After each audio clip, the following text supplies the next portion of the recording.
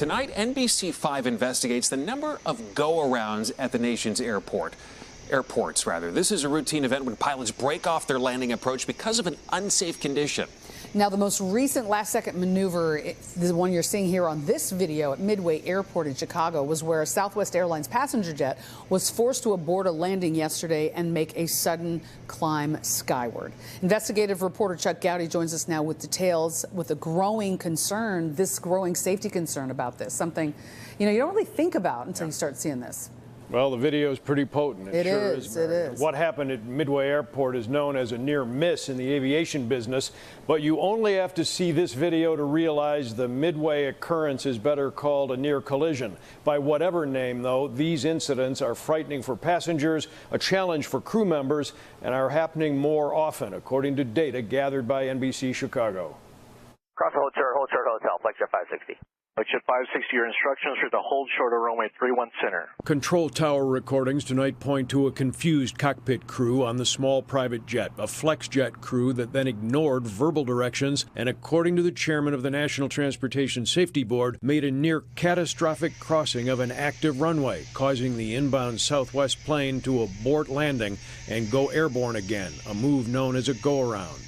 It's one of the first things we teach when we're teaching someone how to land. Dr. Ryan Phillips, chairman of the aviation department at Suburban Lewis University, says go-around ability is a good thing that Southwest executed well. Similar to when you're driving your car down the road and something runs out in front of you, an animal or whatever, you'll veer to one side or the other to avoid that. A go-around is essentially that. You're avoiding a potential hazard on the runway. The Federal Aviation Administration even has a ranking system for runway incursions, such as the Midway incident, increasing severity, with Category A a serious incident in which a collision was narrowly avoided.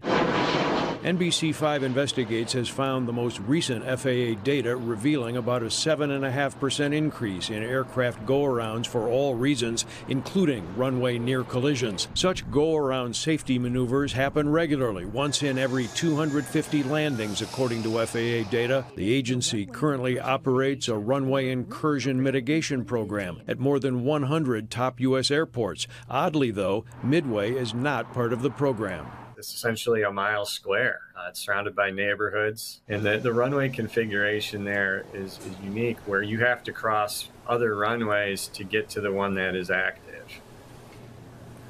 FAA officials tonight tell NBC5 Investigates that the special runway incursion program is in place at O'Hare and those other U.S. airports because they have had multiple close calls, or that they average one incursion per year. Midway was recently audited for the program, but that was before yesterday's near collision. So with what happened yesterday, Midway, you would have to think, would be on the short list once again. You would wonder. You're paying close attention to that. I want to ask you about the investigation. Of course, it's ongoing. We don't know exactly what led up to those pilots in the flex jet being on the runway, but of course, a lot of the attention is on that. What kind of repercussions could come out of this incident? Well, it's a whole range of things. Once the investigation is done, the cockpit crew on the flex jet, they certainly could go through re-education. The President of the United States and his Secretary of Transportation have already called for license suspensions, but it's a little early for that to actually be put in place. But it's a whole range of things. Clearly, something will happen from this. And the lessons to be learned, how can we avoid this ever happening again? That's the end game always. Yeah.